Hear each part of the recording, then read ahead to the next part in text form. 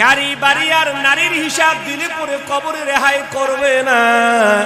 আমার আপনার কলিজার টুকরা নবী নবিয়ুনা মুহাম্মদুর রাসূলুল্লাহ সাল্লাল্লাহু আলাইহি ওয়াসাল্লাম তিনি সাহাবায়ে কেরামদেরকে বলে গিয়েছেন, তিনি ওনার স্ত্রীদেরকে বলেছেন, ওনার সন্তানদেরকে বলে গিয়েছেন, নসিহত করেছেন, শুনে রেখো কবরের ভিতরে গিয়ে যদি আমার পরিচয় দাও, আমার পরিচয় যদি কবরের ভিতরে যদি উঠায়া দাও রে, মনে রেখো কবরের ভিতরে যদি নবীর পরিচয় দাও কোনো কাজে আসবে না। কবরের ভিতরে তিন কথার জবাব যদি না দাও বিপদ হয়ে যাবে। ঠিক না জোরে বলেন? কবরের ভিতরে যাওয়ার পর আমাকে আপনাকে জিজ্ঞাসা করবে মার রব্বুকা, তোমার রব কে? যদি আমার আপনার ঈমান যদি ভালো হয়ে যায়, আমার আপনার ঈমানের উপরে যদি মজবুতি থেকে যায়, তাহলে আমি আপনি এক বাক্যে বলবো আমার রব হলো রব্বি আল্লাহ। আল্লাহু আকবার বলেন। আরে আমি যে রবকে দৈনিক 5 বার আমি সিজদা দিয়েছি, এই রবকে কি কেবলমাত্র 3.5 হাত মাটির নিচে আসার পর আমি আমার রবকে ভুলে যাব? এটা তো হতে পারে না। ঠিক কিনা জোরে বলেন? ইমানদার ব্যক্তি বলবে না না, আমি আমার রবকে ভুলি নাই। ফজরের সময় যখন মুয়াজ্জিন আযান দেয়, আমি আমার কম্বল কাঁথা যা আছে গো সবগুলোকে লাথি মেরে মুয়াজ্জিনের ডাকে সাড়া দিয়ে আল্লাহর ঘরের ভিতরে হাজির হয়ে গিয়েছি। আহারে জোহর হাজির হলাম, আসর হাজির হলাম, মাগরিবিও হাজির হলাম, ইশারের সময় হাজির হলাম। দৈনিক 5 বার যার কদমে আমার মাথা লুটিয়ে দিয়েছিলাম, আজকে তুমি বলো আমার রব কি? আমি রবকে ভুলে গেছি মনে করছি। আল্লাহু আকবার বলেন। আর আমার আপনার এই সমাজের মধ্যে যদি এমন অনেক ভাইয়ারা আছি, অনেক বাবারা আছি, 1 বছর 2 বছর এমন করে যুগ যুগ পার হয়ে গেছে, এখনো কিন্তু আল্লাহর কদমে সিজদা দেয় না। আছে না নাই বলেন? আছে। বহু মানুষ এমন আছে যে আজকে কতটা বছর হয়ে গেছে আল্লাহকে ভুলে আছে, ভুলেও একদিন পশ্চিমে যায় না, আল্লাহর কদমে সিজদা দেয় না। আল্লাহ বলে আহারে এর চাইতে কপাল পোড়া, এর চাইতে নালায়েক আর কে হতে পারে? দৈনিক 5 বার আমি ডাক দেয়, একবারও আমার কদমে সিজদা দেওয়ার জন্য তার সময় হয় না। কে তারে এত ব্যস্ত করলো? কে এত ব্যস্ত করলো তারে? সে কি জানে না একদিন সে মারা যাবে? সে কি জানে না এই কথা? এই সব যে আপন ভেবেছে একদিন পর হয়ে যাবে, আমি রব যে তার আপন হয়ে থেকে যাব, সে কি ভুলে গিয়েছে আমাকে? আল্লাহ বারে বারে আমাদেরকে কথা বুঝাচ্ছে। কপাল পোড়া আমরা বুঝি না। এবার কোরআনে মাজিদের অন্যত্র আয়াত লক্ষ্য করুন। আল্লাহ পাক রব্বুল আলামিন বলেন হাল আতা আলাল ইনসানি হিনুম মিনাদ দাহরি লাম ইয়াকুন শাইআন মাযকুরা। আল্লাহু আকবার বলেন। আল্লাহ পাক রব্বুল আলামিন বলেন এই পৃথিবীর মধ্যে তোমার এমন একটা সময় অতিবাহিত হয়েছে যে সময়ের মধ্যে তোমার নাম গন্ধও ছিল না, উল্লেখযোগ্য কোনো বস্তু কিংবা ব্যক্তিও ছিল না। ঠিক কিনা জোরে বলেন?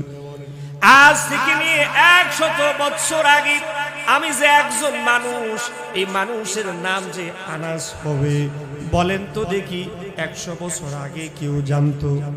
বলেন না কেউ জানতো? আবার 100 বছর সামনে যখন হবে, আমাকে দুনিয়ার মানুষ সব ভুলে যাবে। আমি আমার স্ত্রীকে আপন ভাবি গো, না না, আমার স্ত্রী আমার আপন নয়, আমি আমার মা বাবারে আপন ভাবি। ভাই আমার, আপনাদের কি দৃষ্টি আকর্ষণ করি, বলেন তো দেখি আমার মা আমার আপন? না না, মা আমার আপন না। বাবা বলে না না, বাবাও আমার আপন না। ভাই বলে না, ভাইও আমার আপন না। বোন বলে না, বোনও আপন না।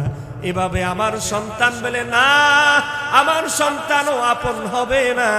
প্রশ্ন জাগতে পারে, হুজুর এই স্ত্রী থেকে নিয়ে সন্তান পর্যন্ত কেউই আপন হলো না, কিভাবে বুঝান? আমি আপনাদেরকে বুঝাই, খেয়াল করে শোনেন। আপনি যদি এই মুহূর্তে আপনার ইন্তেকাল হয়ে যায়, এখন রাত যতটাই বাজে না কেন, আপনি দেখবেন রাত যখন গভীর হয়ে যাবে, সমস্ত মানুষেরা, আত্মীয় স্বজনেরা বলবে রাতের বেলা কবর দেওয়া কখনো সম্ভব হবে না, অপেক্ষা করো, আত্মীয় স্বজনেরা আসুক, কালকে দুপুরে জোহরের নামাজের পরে জানাজা অনুষ্ঠিত হবে। এবার দেখবেন রাতের বেলা যখন আপনি ঘর থেকে ঘরের মধ্যে থেকে যাবেন, আপনার স্ত্রী বলবে না না, ঘরের ভিতরে রেখো না, লাশটাকে ঘর থেকে বের করে দাও, আমার বড় ভয় লাগে, ঘরে তারে রেখো না। বলবে কিনা বলেন? যে কলিজার টুকরা স্ত্রী আমার জন্য জীবন মরণ ছিল, ওই স্ত্রী বলে আমার ভয় লাগে, স্বামী আর বলবে না, নাম আর নিবে না, বলবে লাশটারে বের করে দাও। ঠিক কিনা ভাই বলেন? এভাবে তার সন্তান বলবে লাশটাকে বের করে দাও, আমার বড় ভয় হয়, আমার বড় ভয় লাগে, লাশটাকে বের করে দাও। মাও তারে দূর দূর করে তাড়ায়া দিবে, বাবাও বলবে, ভাই বোন আত্মীয় স্বজন সবাই বলবে, ভাই তুমি যেই ঘরের জন্য, বাবা আপনি যেই ঘরের জন্য দিনে রাতে আল্লাহকে বলে মেহনত করেছেন, ওই ঘর তো আপনাকে রাখার পারমিশন দিল না, ঘর থেকে দূর দূর করে তাড়িয়ে দিয়েছি, এবার আপনাকে এমন এক জায়গায় অল্প একটু জায়গা করে দিয়েছে, ছোট্ট একটা জায়গায়, একেবারে গাছতলায়, মাত্র অল্প একটু জায়গা দিয়ে কোনোভাবে আপনাকে দাঁড় করিয়ে রেখেছি, মানে আপনাকে এই জায়গায় জায়গা করে দিয়েছি। এবার লক্ষ্য করুন, আপনি তো চলে গেলেন, কেউ আপনার সাথে গেল না, ওই আগের কথায় আপনার সাথে যেটা যাবে এর নাম হলো আমল। ঠিক কিনা জোরে বলেন? আমল ছাড়া কেউ আপনার আপন হবে না। মনে রাখবেন, তিন জিনিস ছাড়া কোনো জিনিস আপনার নিজের হবে না। এক নাম্বার জিনিস হলো আপনি যা নিজে খাইলেন এটা আপনার নিজের রইল। দুই নাম্বার হলো আপনি যা ইবাদত করে গিয়েছেন, নামাজ রোজা হজ যাকাত আপনি যা করলেন তাই আপনার রয়ে গেল। আপনি যদি এই আমলগুলো করেন তাহলে আপনার নিজের জন্য করেছেন। তিন নাম্বার হলো আপনি যদি সাদকা করে যান, আপনি যদি ভালো কাজ যদি দুনিয়ার মধ্যে রেখে যান, মনে রাখবেন এই তিন কাজ ছাড়া বাকি কাজ আপনার নিজের রবে না। ঠিক কিনা জোরে বলেন?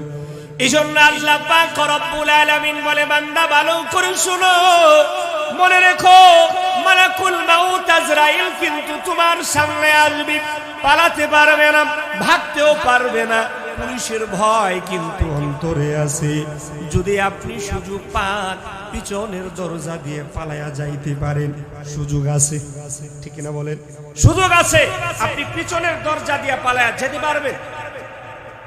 কিন্তু আপনার কাছে যদি আপনার নির্ধারিত ফেরেশতা মালাকুল মাউত আজরাইল আলাইহিস সালাতু ওয়াস সালাম চলে আসে, বলেন তো দেখি আপনি কোন দরজা দিয়ে পালাবেন? বলেন, জায়গা আছে? বলেন না না, পলায়ন করার মতো কোনো জায়গা আপনার নাই।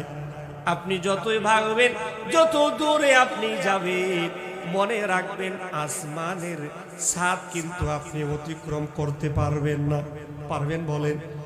ধরেন আপনি ইন্ডিয়াতে চলে গিয়েছেন, ইন্ডিয়াতে আল্লাহর ছাদ নাই, আসমান আছে কিনা বলেন? আপনি শ্রীলঙ্কায় গেলেন, আপনি বাংলাদেশ সহকারে গোটা পৃথিবীর যেই কোনো দেশে আপনি হাজির হন, আপনি ওই জায়গায় গিয়ে দেখবেন বাংলাদেশ থেকে তাকাইলে যেমন আকাশ দেখা যেত, বিদেশের জমিনের মধ্যে দাঁড়ালেও ওই আকাশটাই দেখা যায়। ঠিক কিনা বলেন? আপনি দেখবেন রাতের বেলা যখন আপনি হাঁটবেন, বাংলাদেশের মধ্যে যে চাঁদ আমার সাথে সাথে যেত, ওই বিদেশের জমিনে গিয়ে আসমানের দিকে তাকাইলে মনে হবে ওই আকাশের চাঁদ মনে হয় আমার সাথে সাথে হাঁটতেছে।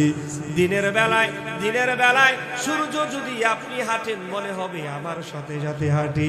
না না, এটা আপনার সাথে হাঁটে না, এটার কাজ এটা করে, আর আপনার কাজ কিন্তু আপনি নিজে করেন। ঠিক না বলেন? এই জন্য আল্লাহর কোরআনে আবার লক্ষ্য করুন, সূরা নিসার ৭৮ নম্বর আয়াতে কারিমাটা আবার লক্ষ্য করুন, আল্লাহ পাক রব্বুল আলামিন বলেন আইনামা তাকুনু ইউদরিকুমুল মাউত ওয়ালাউ কুনতুম ফি বুরুজিন মুশাইয়াদা। আল্লাহু আকবার বলেন। আল্লাহ পাক রব্বুল আলামিন বলেন আইনামা তাকুনু ইউদরিকুমুল মাউত, বান্দারে তুমি মৃত্যু থেকে কোথায় পলায়ন করবে? না না, পলায়ন করতে পারবে না। কোরআনে মাজিদের অন্যত্র আয়াতের মধ্যে আল্লাহর নবী জানায়া দেয় কুল ইন্নাল মাউতাল্লাযী তাফিরুনা মিনহু ফাইন্নাহু মুলাকীকুম সুম্মা তুরাদ্দুনা ইলা আলিমিল গায়ব। আল্লাহু আকবার বলেন। আল্লাহ পাক রব্বুল আলামিন বলেন কোথায় তুমি পালিয়ে যাবে? সাররা ইয়াফিরু, ভেগে যাওয়া। বান্দা তুমি আমার আসমানের নিচে কোথায় তুমি পলায়ন করবে? আমার জমিন ছেড়ে তুমি কোথায় তুমি ভেগে যাবে? না বান্দা, তুমি ভাগতে পারবে না।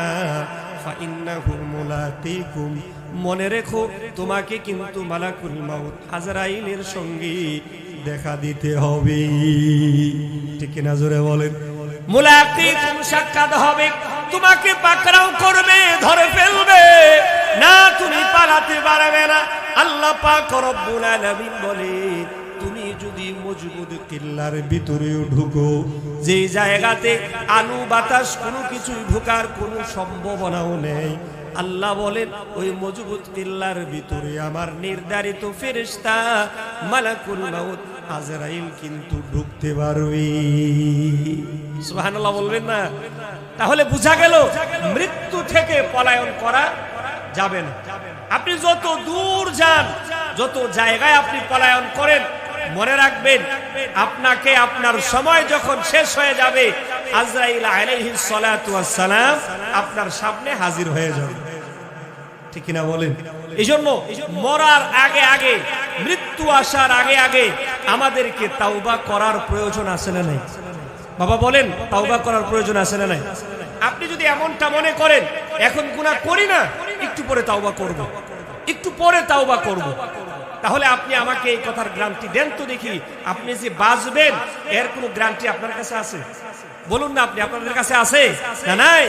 যেহেতু আমাদের কাছে এই ডকুমেন্ট নাই, সেহেতু আল্লাহ পাক বলছেন সব সময় রেডি থাকো, রেডি থাকো, তৈয়ার থাকো, উজুরত অবস্থায় থাকো, ঈমানের হালতে থাকো, অন্য মানুষকে কষ্ট দেওয়া থেকে দূরে থাকো, অন্য মানুষের কাছ থেকে হক এনে মেরে দেওয়া থেকে বিরত থাকো। বলা যায় না, জানা যায় না কখন কোন সময় তোমার কাছে তোমার ফেরেশতা আজরাইল তোমার সাথে দেখা করবে, তুমি নিজেও জানো না। এজন্য তুমি তোমার নিজেকে প্রস্তুত রাখো, বলে বলো, মনকে বলো আমি তৈয়ার আছি, আমি রেডি আছি, আজরাইল ওয়েলকাম, তুমি আসো, যখনই আসবে তখনই আমি যেতে প্রস্তুত হয়ে আছি।